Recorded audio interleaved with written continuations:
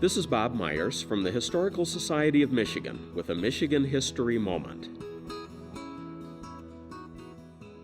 During World War II, families throughout Michigan contributed to the war effort by participating in scrap drives. They collected metal, rubber, paper, and cooking fat to turn into goods that would help win the war. When the United States entered World War II in December 1941, industries demanded all sorts of materials with which to make armaments and to feed and supply soldiers and sailors. The government rationed commodities. Buying meat, sugar, butter, shoes, tires, and other goods required ration stamps. Anyone seeking to buy something without ration stamps heard the exasperated reply, "Don't you know there's a war on?" When the government called for scrap metal, Michiganders responded. They collected old farm equipment, aluminum pots and pans, and even wrought iron fences and Civil War memorial cannons. Families saved and flattened tin cans. Children scoured their neighborhoods for cast-off metal.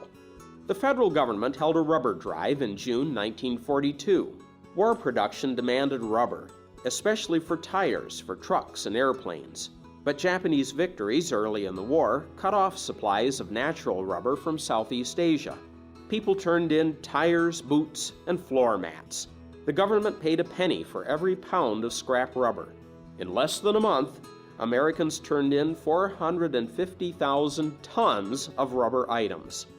In 1942, paper drives resulted in a glut of scrap paper.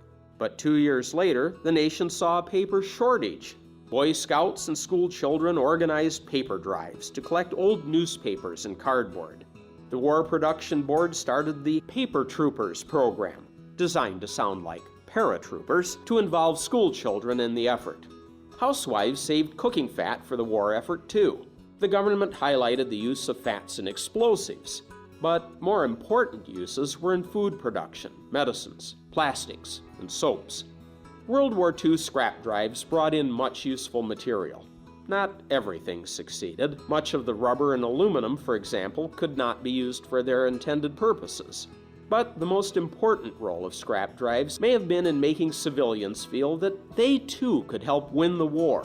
Michiganders could feel that they were all in this together.